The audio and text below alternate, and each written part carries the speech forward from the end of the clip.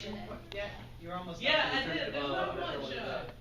There's not much science in it. Mostly it's just about design. Fire no ladies or sometimes. I mean. Yeah. Remember he was ill and. You know, I don't know. We'll think about it here. It's all right. Anyway, big D, and big D, little d, those end up being dark moths. Little d ends up being a light moth. And these moths are found in this particular area of England where they were doing this population study of these moths. This was back in the 1800s, I think, or early 1900s. Was it bat problem? No, what happened was where they were doing the population study, some factories moved in and started producing a lot of pollution in the area. The pollution killed the lichens on the trees. Lichens are very pollution-sensitive organisms. And the trees went from kind of white colored, because all the lichens on them, to really dark colored with no lichens. Their bark is darker. And so the population of dark and light moths changed significantly. When the lichens were all over the trees, all you'd find was light moths. And when those factories came in, and the lichens died and the trees were dark, it wasn't too long before all that was around was dark moths. So the population of the moths changed, you see. That's evolution. Wait. Is it like co-evolution? Yeah, co-evolution. It's not co-evolution. It's just the moths that's changing. But it's based on the tree. So Yeah, it is based on the tree. Isn't that kind of like The trees aren't evolving, yeah. Isn't that kind of artificial change? selection? Sort of, because it's caused by humans. Yeah. Like a Wait, so the moths changed the mesh color of the tree? Yeah, so the moths went from light color to dark color. Now the question is why? Why would they change? How do they know to change? Camouflage. Because the ones that didn't blend with the tree got killed. That's exactly what happened. You see, there were only probably a few around that were dark colored when the trees had the lichens all over them. Most of them were light colored because the dark colored ones would get eaten by birds and such. But when the trees turned dark, the light colored ones were easy to see. And the birds would eat them, you see. And the dark colored ones would blend in on the trees and they wouldn't get eaten. So they'd reproduce and have a bunch of dark colored babies and so on and so forth. Mr. Smith? Yes. But isn't black the dominant trait? That is. So does that have anything to do with it, or It does not. not in this case? Because when they removed the pollutant, when they put pollution controls on those plants, and the lichens came back, the population turned back to white color. So it can go recessive, it can go dominant. That doesn't really matter. It's just what helps you survive. Yes, Cole. So it's kind of like whatever most of the moths have as their trait becomes dominant, kind of. It's whatever No. there's more of. Okay, so how No, there's still. Let's say it was mostly white population. Oh. That's mostly a recessive population. Oh, yeah. So that is possible. It's just Yeah, sure. it's fine. So it can go so there can be a minority of dominant genes. Absolutely. Have you ever heard of what was the dominant disorder we studied? Huntington. Yeah. Huntington's? Yeah. Okay, if you have big H, you have Huntington's disease. So big H, or big H, little h, and you have Huntington's. Did any of us in here have Huntington's? No. Well, we won't know until. We're all little h, little h. Well, we not know until. We're not Venezuela. You would know because your parents would Oh. have come down with it by now, if you had it. Unless they were carriers. You can't be a carrier because it's a dominant disorder. Oh, so That makes anything that's a dominant trait, you cannot be a carrier. You will have it. That's right, if it's a dominant disorder, yeah. What if it's like heterozygous, trait? and if there isn't there a fourth chance that your child can have it? But it's still dominant. This is a dominant disorder, Huntington's. Oh, but what if you had? So if you're that or that, you have it. The only people that don't have it is that. We're saying, what if it's two, H little a, two big H little a. heterozygous things? Yeah. Two parents that have it, They both have there's a it. 1/4 chance that they have a kid that Yeah. And doesn't. so that kid who doesn't get it, will he be a carrier or will he not be a Nope. carrier? No, he won't be. So then the disease will be out, or the not Of that disease, family. The disorder will be out of the family. Okay, cool. If that's the only kid they have. So it can kind of naturally just die off, I guess, the disorder. Well, there's only a 1/4 chance of having a kid like that. Yeah, that's not that great of a chance. So the odds aren't that good. Yeah, that makes sense.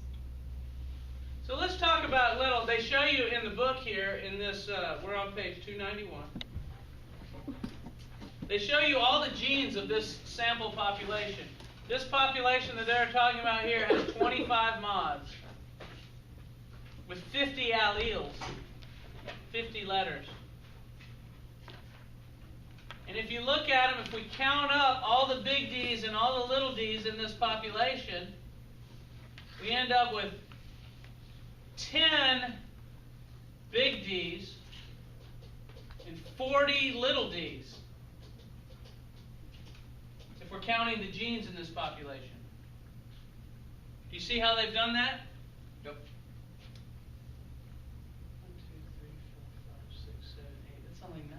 No, there's One, two that big one D's. of these, that one of them. Two big D's in the first one. Oh, that one has 2 big D's? Yeah. So it's 2, 3, 4, 5, 6. Well, then how do we get 10 little D's? Because That one, 10 that one 10 below big it. D's. The Oh, big because D that's below got it. 2. Okay, sorry. I don't know what. Losing my mind up here. You know, I was on the state championship math team. Have I You always mentioned like that? to bring Did that have up. I mentioned that? Okay, so we got 10 dominant genes in our gene pool. We call the entire genes for number of genes for a population a gene pool. Have you ever heard that statement before? The gene pool is all the genes in a population. And for this population, there are 10 dominant genes, and there are 40 recessive genes. And some statisticians have done some work with this, and we'll use the term P to mean the frequency of the dominant allele.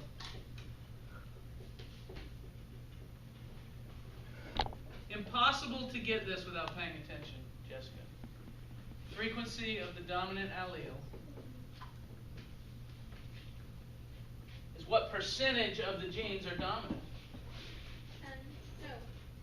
There's 10 dominant. There's 10 dominant out of 50, so what percentage? 1 under 5. Okay, where did you figure out the other one was? 20%. So P is going to equal 0.2. So, Emery, 10 out of the 50 total alleles are dominant. But there's only 9 up there. No, there's 2 there. 1, 2, Oh, okay. 3, 4, 5, 6, 7, 8, 9, 10. Yeah, that's what screwed me up. It's that, since we're related, that we have that. Yeah. Think the same. Q will be used as the frequency of the recessive allele. Which must be 0.8. Which is, in this example, 40 out of 50 alleles are recessive, so 0.8 is the frequency of the recessive allele. So we will use these letters P and Q to mean the frequency of the alleles. Wait, is it always going to be, does it matter if it's lowercase or capital Q though? No, they always use lowercase q. Mine is P's and Q's. It's kind of like pre-calculus, the possible. Yeah, it's like, it's P over Q and it's like the, Yeah. Real zero, the Yeah. it's the coefficient. Is that the geometry thing? Yeah, it's all the Okay. factors that P go. and Q. Go. Is that P and Q? No. Go. It's P over It's like Q. the possible No, I'm case talking of about the geometry. equation. If P then Q. All right. Let's move on. Are we okay for right now? I want you to understand one thing. This doesn't mean that 20% of the population is dominant and 80% of the population is recessive. That's not true at all. This is talking about the genes themselves, the alleles themselves. P and Q stand for the allele frequencies. Okay, so whenever it says P is equal to 0.2, it's just. That means Also- 20% of the alleles, the letters, are dominant, and 80% of the letters are recessive. And P will always refer to dominant. P always refers to the dominant, Q always refers to the recessive. P comes before Q. But you can't tell by looking at these numbers what the population will look like without doing some math, which is the math I'm going to teach you here. Goody. So do you understand that P plus Q has to equal 1? Oh yeah. Because there's only two types, dominant and recessive. So these two numbers together have to equal 1, right? That's the first equation of what we call the Hardy-Weinberg equations. Hardy and Weinberg were the mathematicians that worked this out. So that. Hardy-Weinberg equations. There's a hyphen somewhere in there. P plus Q equals 1 is the first of the Hardy-Weinberg equations. And I want you to understand that a gene pool is kind of like a hat with a bunch of little pieces of paper in it. Kind of like I do when I'm making up lab groups. I'll pull numbers out of a hat. Where's my little cup? I took it in the other room. Dang it. Use the pumpkin. The pumpkin. Thank you. I was wondering what this thing was doing here. Now I know.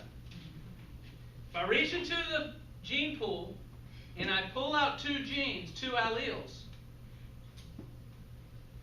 well, a child born to this population is going to has to have two alleles for color, right?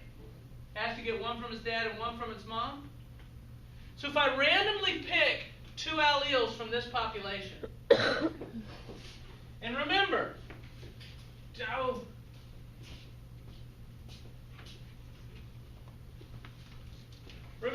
P is the dominant allele. In this example, that's big D. And Q is the recessive allele. In this example, it's little d. So what are the odds of me randomly pulling two genes out of this gene pool and getting a big D kid? What's the odds of pulling out a gene and getting one big D? 20%. 20%, right? 0.2. It's 0.2 chance, only 2 out of 10 times you'll get a big D. What's the odds of getting another one on the next pull? 1. 1 out of 20%. It's only 20%. So to get a big D, to get both of them, if you went in here twice and get two big Ds from this population, you got to multiply 0.2 times 0.2, which is 0.04. There's only a 4% chance of a child born to this population being big D. You see how I got that? It's like calculating free throw shooting. If I'm a 50% free throw shooter and I go to the line, what's the chances that I make both? I got to shoot twice. 25%. It's not 50%. 25. It's 25%. You're multiplying 0.5 times 0.5. So you figure out the odds of each independently and multiply them by one another. You see? Well, Hardy-Weinberg is going to represent the odds of getting a homozygous dominant as P squared. Isn't that what we just did? Didn't we just square 0.2? P squared are the odds of getting a homozygous dominant in this population if you have a kid. It's simple math, really. You can derive these formulas in your head. Wait, what's P2? So the calculator. P squared is the odds of getting a big D born to this population that has 80% of the genes recessive and only 20% of the genes dominant. There's only a 4% chance you're going to get a big D kid from this population. So the P squared thing is. P squared represents the big D's in the population. So do you have a 16% chance of getting a big D? 0.2 times 0.8? Well, no, but you're close. Because there's two ways you can get a big D, little d. There's two ways I can do it. I can reach into my pumpkin and draw a big D, and then I can reach into my pumpkin and draw a little d. That's one way of getting it. The other way of getting it is reaching in and drawing a little d first and reaching in and drawing a big D second. There's two ways of getting a big D, little d kid in this population. So 32%. So it's 2 times 0.2 times 0.8. And yes, 32% of the population will be big D, little d. So why are we saying 2 one more time? So hold on. So p squared is going to represent big D's in this equation. 2pq is going to represent big D, little d's for our equation. Why is it multiplied by 2? Because there's two ways to get a big D, little d kid out of our gene pool. Oh, because you can go big D. You can reach in the first pull and pull a big D, in the second pull and pull a little d, or the first pull can pull a little d, and the second pull can pull a big D. You see how there's two ways of getting it? Wouldn't there be 2 ways the other way? To get a big D and a big D? To get a big D and a big D, there's only one way. Pull a big D once, and the second pull a big D too. That's the only way to get a big D, big D. But then wouldn't that be like That's the 0.2 same. times 0.8 squared or something like that? No, it's 0.2 times 0.8 times 2, because there's two ways of doing it. Emery, you getting any of this? Yes. This is a math lesson that you don't get if you don't pay attention. Wait, so that's the chance of a heterozygote? Yes, the chance of a heterozygote is 2pq. That's the chance of getting a heterozygote from this population.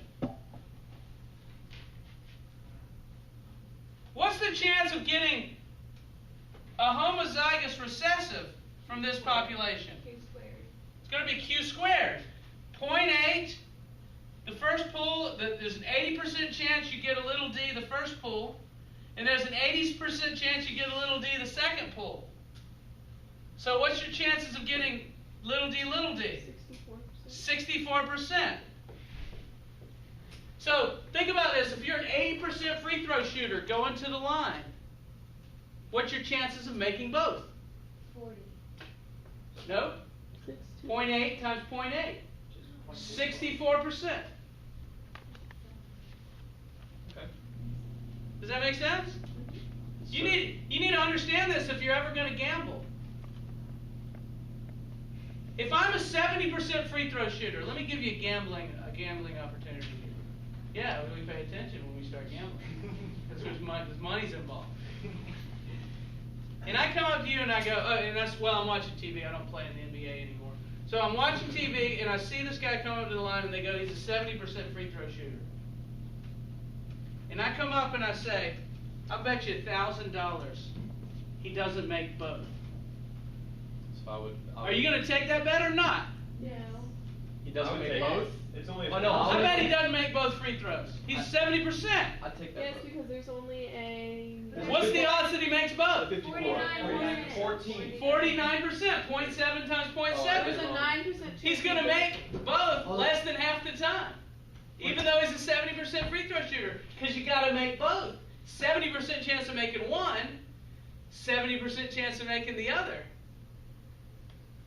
But they got to come one after the other, you see. You got to make both to win the bet. So 0.7 times 0.7. He's only going to make both 49% of the time. Wait, If you're you take betting that it- bet, you're going to lose money in the long run.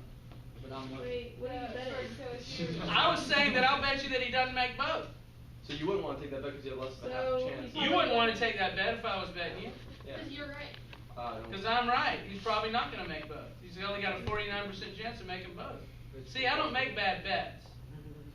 You could do math. That's why I've been banned from Las Vegas and Atlantic City and a lot of other Reservations. places that allow betting. But I have a lot of different disguises, so I can still make it to there. But that's a whole other story. Are you Native American?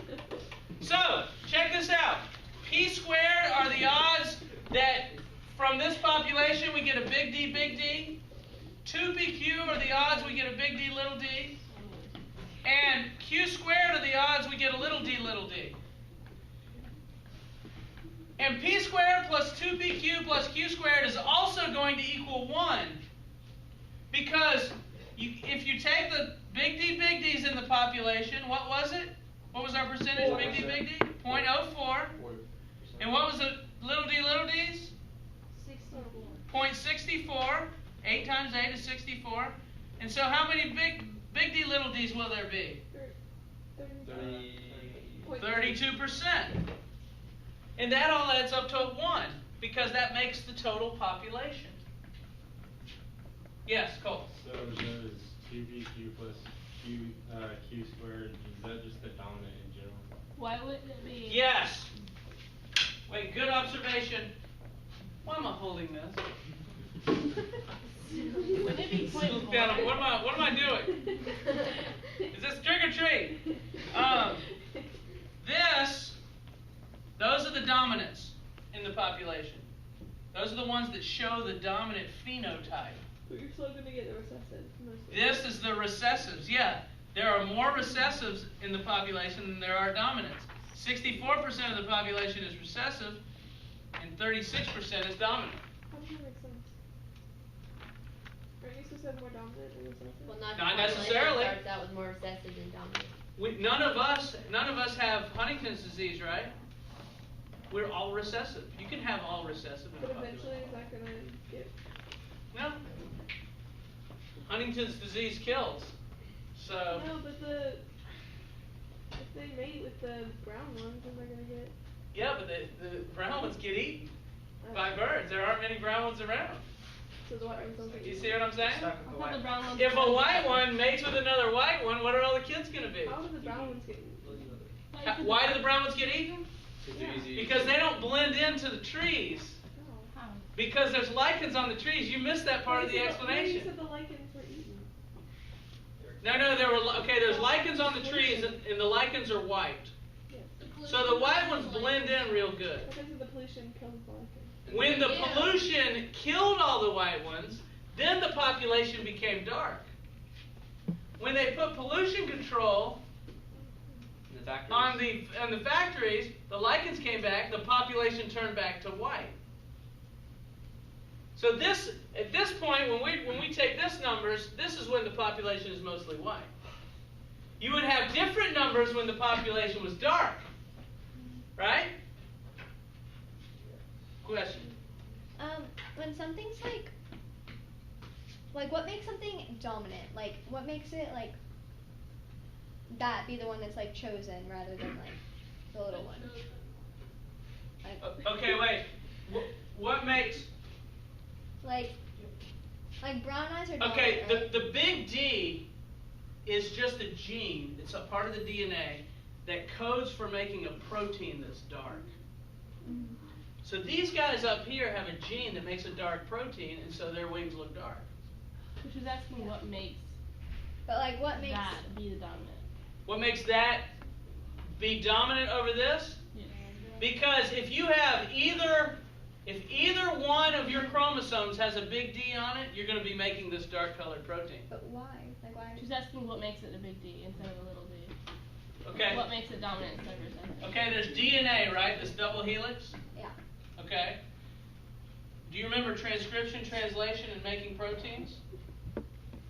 If you are big D, what that means is, forget about the letter itself. Big D means makes dark colored protein. Okay? Uh-huh. So and remember you have two homologous chromosomes, one from your dad and one from your mom, right? So if you have two copies of the big D, big D, big D, you're going to be making dark colored protein, right? Uh-huh. What if you have only one copy? Big D, little d. This copy is still going to make dark colored protein. The only time you don't make dark colored protein is when you're little d, because neither of those genes can make dark-colored protein. That's why big D is dominant, because you only have to have one copy of it to make the dark-colored protein. You have to have two non-functional genes, which is our little d, to not make any dark-colored protein. That's the little d, little d. No? Does that make sense? No, it doesn't. Are you sure? Mm-hmm. Okay. Okay, I'm not sure. Okay, so basically, the entire history that species has been the way it is, it's been like the dominant dark and recessive light. Yes? Okay, and it's only until the whole like factory stuff that it really made a huge difference. Yeah, when the factories came in, you still have. But it was always like that, right? Yeah, it's always been like this. When the factory came in, you still have dark and light moths. There's just a lot more dark ones than there are white ones now. Because evolution favored the dark genes. Yes, you're going to miss this next part. Here's the point of all this. We can figure out the numbers, these percentages here, for a population. And we can make predictions of what the odds of a new moth being born, what it will be. But more than that is we can look at these numbers as they change. We can look at the population and we can figure out what these numbers are for P and Q for the population. And we can come back in 10 years and look at it again. And if these numbers change, let's say we come back in 10 years and these numbers are 0.7 and 0.3. You know what that means? Evolution. Evolution is happening. More big T's are in the population than there were before. If these numbers change over time, that's evidence of evolution. The only way organisms can be not evolving is if their allele frequencies are staying the same. Oh, that's the equilibrium. Yes, we call it if the allele frequencies stay the same generation after generation. We say that the organism is in Hardy-Weinberg equilibrium. What does it have to be to have that? That's what the, If a species is in Hardy-Weinberg equilibrium, that means these numbers, the allele frequencies, are staying the same generation after generation. So that means no evolution. No evolution is happening if it's in Hardy-Weinberg equilibrium. So it's the opposite of the moths? Yes, it would be the moths not changing, which can happen at times. You might go through several year periods where they don't change at all, and they'll be in Hardy-Weinberg equilibrium, perhaps. that's influenced by migration, population size, It's influenced by a bunch of things, yeah, which you can read about. Yeah. Let me give you a sample problem. You ready?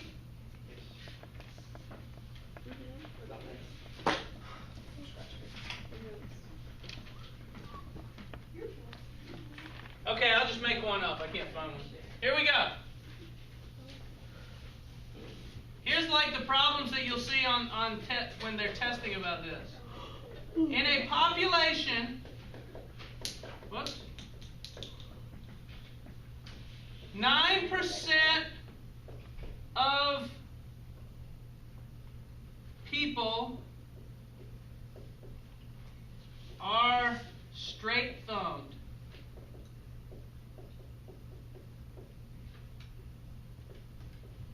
Which is recessive.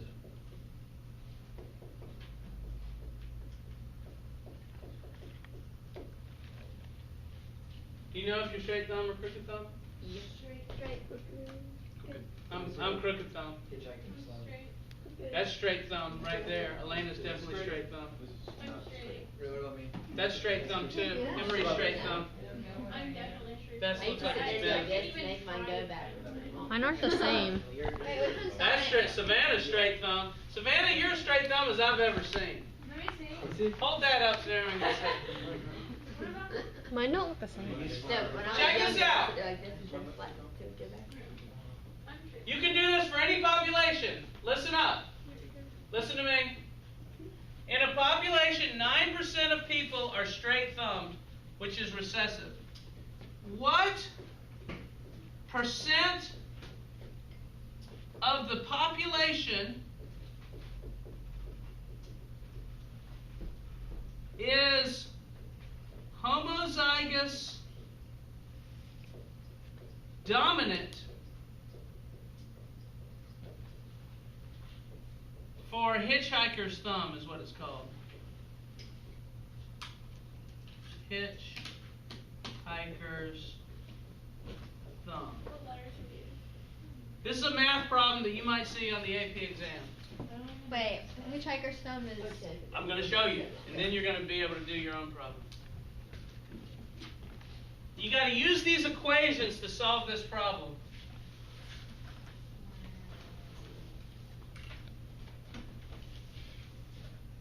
About 19%. I don't even know where. I'm going to show you how to start. Are you ready? Which one's hitchhiker's? Hitchhiker's is it. Okay.